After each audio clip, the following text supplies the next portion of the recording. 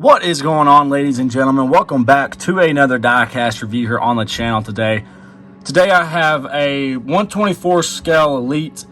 It is part of the Checkers or Wreckers series, and if you've seen the thumbnail or the title, you already know what the car is, but it is Chase Elliott's 2017 Martinsville Checkers or Wreckers. I'm not really sure what else to call it, but pretty much a race damage version of this car.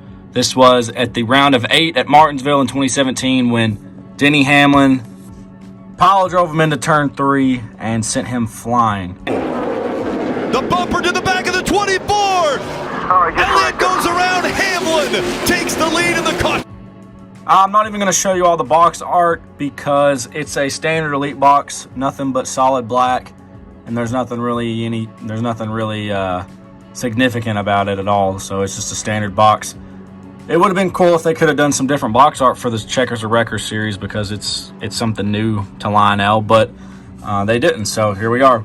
So let's go ahead and take a look at this diecast. Starting off with the hood, no damage to it at all, just some rubber buildup with the Napa logo. You don't have the Monster Energy logos up there, which is kind of stupid, but it is what it is. You have the green lines around the Chevy logo. Here's the nose, looks pretty solid. Nothing really significant going on here. You got a little bit of looks like a wrinkle in the left front headlight, but I've seen some custom versions of this car, and as well as the Dale Jr. car that they released from Bristol, and it's just insignificant. You got some scraping going on right here, some tire marks down there. That looks pretty solid, I will say. Everything looks solid right here. The only thing I would complain about, though, is if you look at Race Car Graveyard's custom, this looks too perfect for me to be a wrecked version of this car. I mean, this car got pretty destroyed, especially after he hit Hamlin after the race was over. So the scrapes and stuff are pretty solid. You got some wall damage right there where he backed into the wall, or slid backwards into the wall, I should say. And then you got some tire rubbing down here and just some more wrinkles and bends in the fenders. But it's just all decals, you know. It doesn't really feel like a damaged car. It's pretty much a standard 124 Elite with some decaling on it, essentially. So it really takes the coolness of the wreck version, it takes it out of it. So and like I've always said this, the Elites are such a ripoff nowadays, to be honest with you all. I would not recommend getting Elites just for the fact that all you're really paying for is a little bit heavier chassis, if you care about that, and a trunk that opens with the antennas. Now, me personally, $100 for an Elite is not worth it to me at all anymore. And I've really had to reevaluate that here the last year, because it just continues to get worse and worse.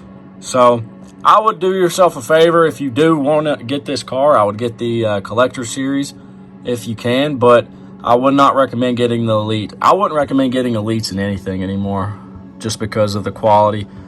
The Collector Series is literally as good as a Winter Circle car from back in the day, to believe it or not. So this car right here is okay. I was a little underwhelmed when I got it. I was expecting it to be a little bit more damaged than it was, but honestly, this just looks like a car that ended up finding victory lane. But in reality, I remember the car getting beat up pretty good. So if you want to see a real version of what this car should look like, go check out Race Car Graveyard on Instagram. He posts a lot of customs if you haven't seen him already. But on to the rest of the diecast. The right front is rubbed off of the Goodyear. That looks pretty solid, but again, nothing looks beat up about this car. The fenders are in perfect condition. So it's just a bunch of decaling, and they want you to think it's wrecked when it's really not. So that's all I really have to say about this diecast, though. I know you all are probably thinking, why am I still collecting diecast when I said I was done? But I'd already pre-ordered these back in the day about a year ago, and they're just now coming out. So I have this one and one more to show you all, and then I'm probably either going to be getting 164s because they're inexpensive, or I'm going to start collecting old diecast. So be on the lookout for that.